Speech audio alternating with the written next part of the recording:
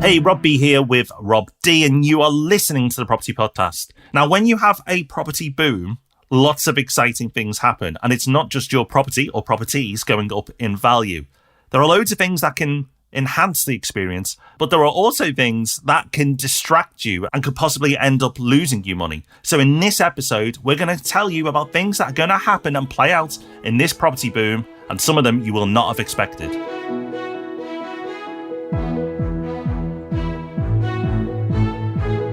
Welcome to the Property Podcast, where every Thursday morning property investors come to be informed and inspired. Yes, this week we are focusing on the boom. Everyone's agreed now that a boom is underway, but what are you going to see around you as this develops? And how are you going to know when things start going a little bit too far and you should be careful? Well, that's what we're going to cover in this episode. And make sure you stick around to the end for Hub Extra, where we've got a pair of quotes to keep in mind to maximise your chances of using the boom to your advantage. Before we get into our main topic this week, let's have a quick glance at the news. We've actually got two stories this week, both good news for investors in different ways. The first is specifically good news for anyone who invests in student accommodation. This is a story from Landlord Zone that says, never seen before student stampede to secure accommodation. What it's saying is that students have left it later than usual to secure accommodation for the forthcoming academic year because they've not been sure about whether the forthcoming academic year is going to happen in a normal-ish way or not. But now it seems like it is. There's a real boom in the student market. And this is probably somewhat correlated with something that we've talked about recently, which is a real boom in rental demand in city centres. The market really coming back there, having gone quiet for obvious reasons for a long time. So if you do have property that you're looking to rent out in a student-friendly area, could be a busy time for you. And another story which is good news for all landlords, which is that the notice you need to give ahead of an eviction is finally gone back to its pre-COVID levels. So from the 1st of October, the notice that you need to give is back to 2 months, having recently been 4 months, and prior to that being 6. So they've left the door open in the legislation for it to increase again if they need to, if the pandemic returns with a vengeance. But for now, from the 1st of October, back to 2 months. So a couple of good pieces of news there. Long-term listeners of the Property Podcast will be aware that we've been talking about the 18-year property cycle for a long time now. And that's not just because we're short of ideas, it's because it's extremely powerful as a framework for telling what's going to happen to property prices. And as a result of having studied the property cycle extensively and talked about it a lot on the podcast over the years, we had a pretty good idea of when the growth phase would start, when things would get a little bit wobbly, and then, of course, the important bit, when the boom is going to occur. Now, not to pat ourselves on the back too much, but we have been saying for probably about the last 18 months that the boom phase of the cycle was on the way. Even when people were predicting double-digit declines in property prices as a result of COVID, we were pretty confident that that would not play out, and we said as much on the podcast, and that the boom would soon get underway. And we weren't saying that because we're geniuses. We weren't saying that because we've got advanced degrees in economics. We've got no qualifications in that area at all, but purely because we follow this cycle that's been occurring now for hundreds of years. Now, if this is the first time you're hearing about the cycle, do not worry. We've got you covered. We've talked about it in a fair amount of detail on the podcast. So if the 18-year property cycle is relatively new to you, or you'd like a bit of a refresher, make a note of these episodes. In episode 270 and 271, we doubled up on episodes on the 18-year property cycle, and we broke down year by year what to expect. And even though that's a few years old now, go and listen to it and see how right or wrong we've been. But I think you'd be surprised at how accurate we've been able to be, even with things like COVID. Nearly 200 episodes on from that point now, which is nearly 4 years. Crazy. We also looked at episode 476, the impact of the pandemic on the cycle. Another podcast you'll probably want to listen to is episode 376, where we looked at, had coronavirus broken the property cycle? Was the 18-year property cycle redundant? And a more recent one in 415, a question we get asked all the time is, where are we right now in the cycle? And that was fairly recent. So if you want to know exactly what point we're at, then go and listen to 415. But we are in the boom phase, the beginning of the boom phase. And if you go and look at the 18-year property cycle, you'll be able to see for yourself where that is. So if you just want a quick scan, if you look at an illustration of the 18-year property cycle, we're at the beginning of the boom phase. And therefore, we wanted to give you a heads up of what to look out for during this phase, because it is very different. It's going to feel weird at times, and there's going to be things happening that you've not experienced before in this cycle. But we have been involved in a previous 18-year property cycle, starting to show our age. And we got into property near the end of that last cycle. So we have experienced these things and we fully expect them to play out again. And when we go through this list, you're going to notice that you may see a little bit of it now as the boom warms up, if you like. And as we move on through the boom phase and then onto the winner's curse phase, which is a few years off yet, you will then feel like this is happening all the time and it's the new normal. So when you listen to these, you may start to think, you know what, I've started to observe that. But do not be surprised to see it happen more and more. And all these things we're going to talk about snowball until it becomes the new normal. So the first thing you're going to see is property being talked about pretty much everywhere in every medium. And one of the really obvious mediums is going to be TV shows. We're going to start seeing property TV shows everywhere. They've never fully gone away. Homes on the Hammer, I'm consistently amazed, is still going, still just doing exactly the same thing day after day. And they haven't gone away because whatever the market's doing in the UK, people love property. But you're going to start seeing even more of them.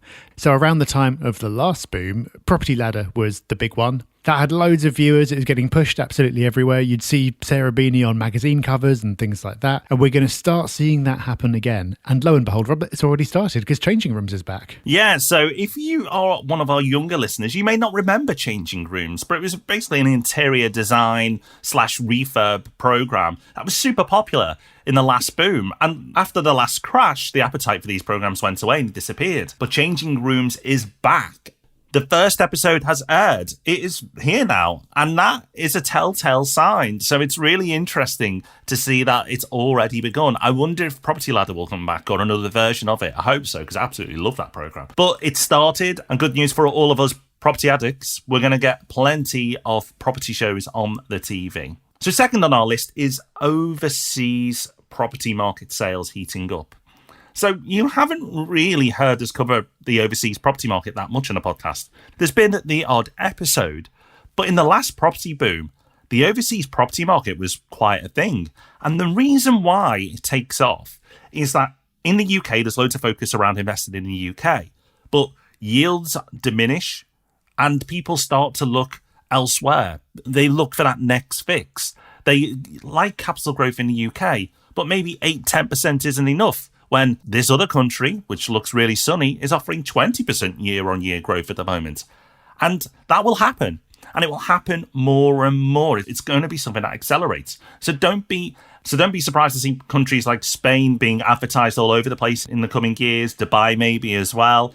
Places that have quite strong property markets and then are marketed and advertised to UK consumers. It's not something that's really happening now, Rob, but it's definitely something that really played out really strongly in the last boom and will not be a surprise to see it again. No, not at all. A lot of people lost a lot of money last time round. And the reasons, like you said, people get excited about property in general as a result of what's happening in the UK. And then they get these really slick sales pitches for what's happening overseas where you can access it with less money or it seems a bit more exciting. And why are those schemes getting pitched? Because the people pitching them make a lot of money from doing it. There are big, big commissions there. So we will absolutely see that again, and I'm sure, unfortunately, a lot of people will lose money doing that again like they did last time round. But we'll also see the reverse of that. We'll see overseas investors start to see the UK as somewhere more exciting to invest, and there'll be more overseas money coming into the UK market. Now, we already see this. There's a lot of investment in the UK from places like Hong Kong. There are also a lot of expats. We work with a lot of expats at Property Hub Invest who live in places like Dubai, who are originally from the UK and understand the market and want to build investments there for their future.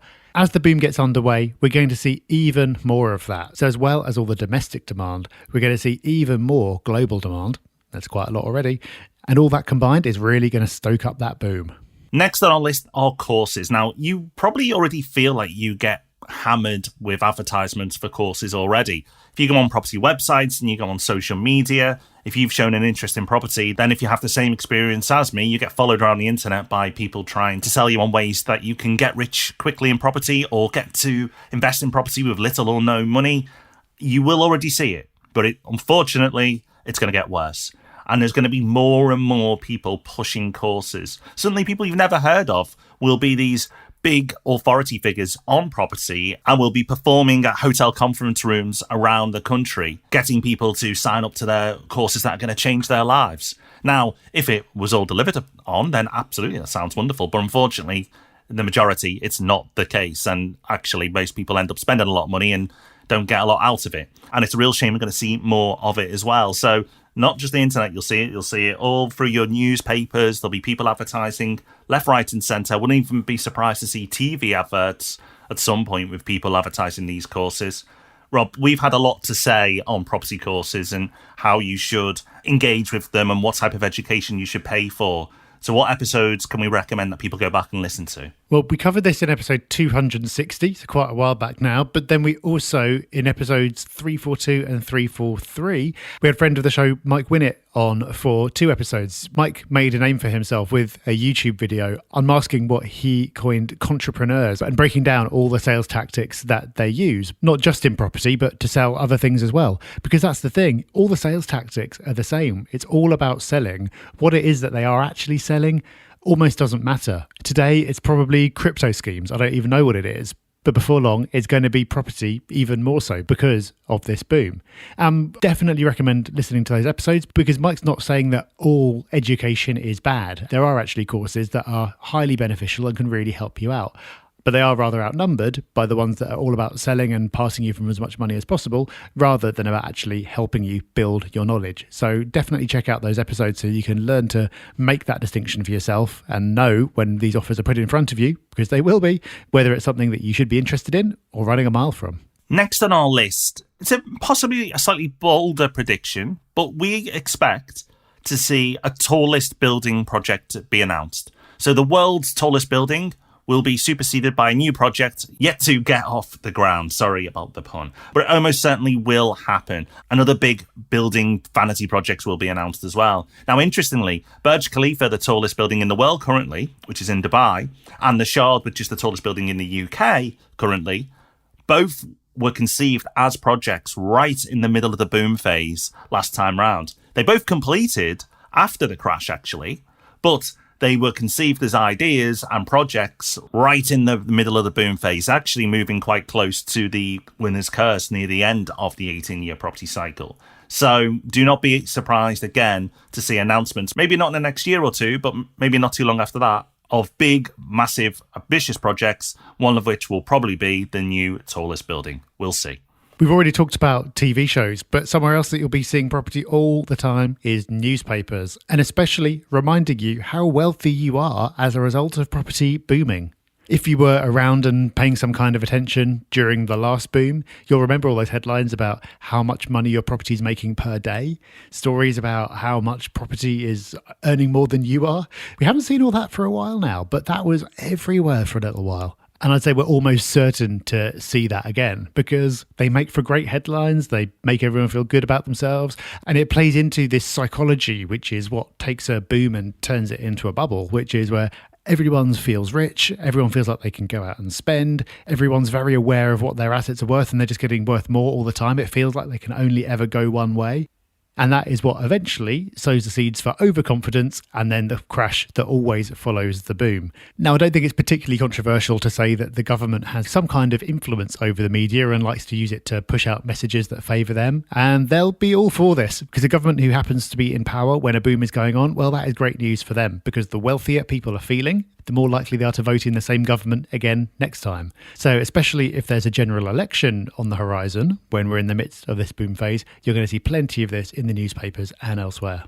Next on our list is something you may have heard us discuss on the podcast already, but that's the improvement in the mortgage market and more flexibility, more offerings coming your way. Well, specifically, what can you expect to see? Well, more products will become available. As the market becomes more competitive and the property market heats up, more lenders will want a piece of the action and they'll release more and more products to you. They'll be more creative with the type of products that are presented to you as well. So things like better loan to values. At the moment, the standard for buy-to-let is 75%. I wouldn't be surprised if we saw that creep up a little bit. Yes, there are stress tests, but I think lenders will find a way to get around it. It'll be better loan to values as well with your own home. Yes, you can get 95% at the moment, but the products are limited. There's not a lot out there.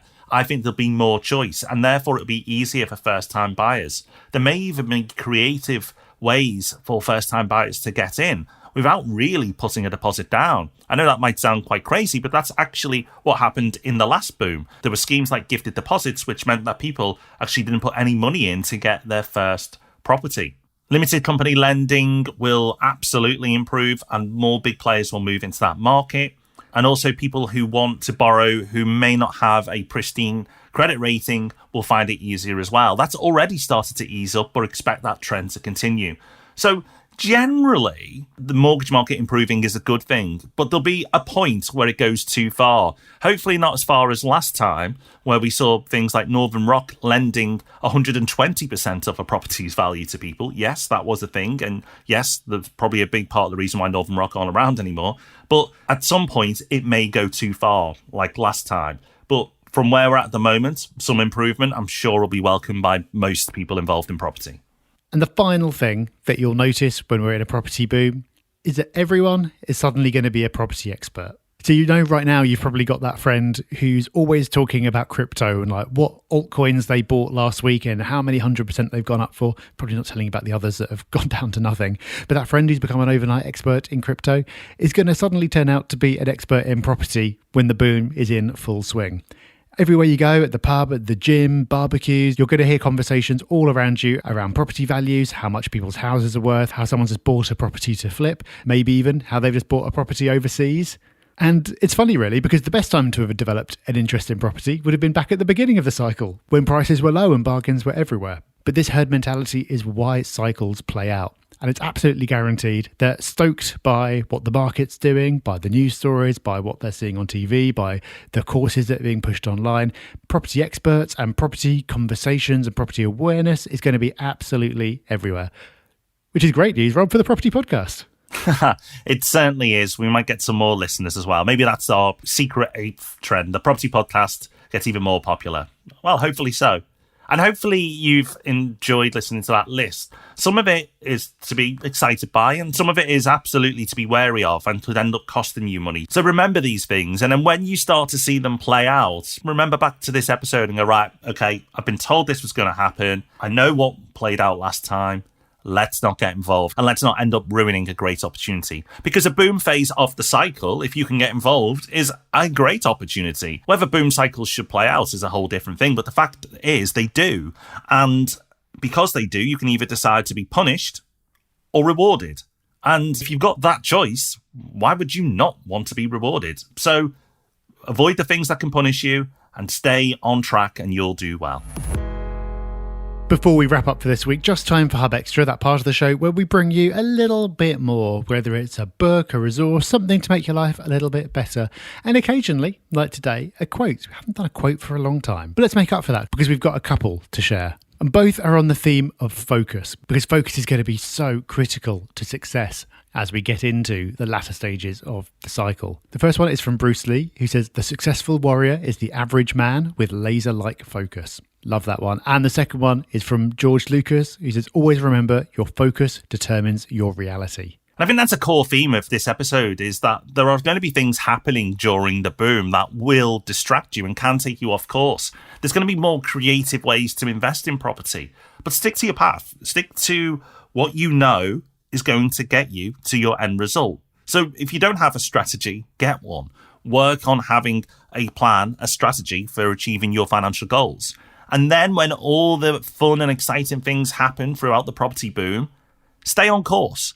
Don't get sidetracked by a new exotic scheme, whether it's getting into refurbs when you've never done that before, or whether it's investing overseas in a country that you don't really know that much about.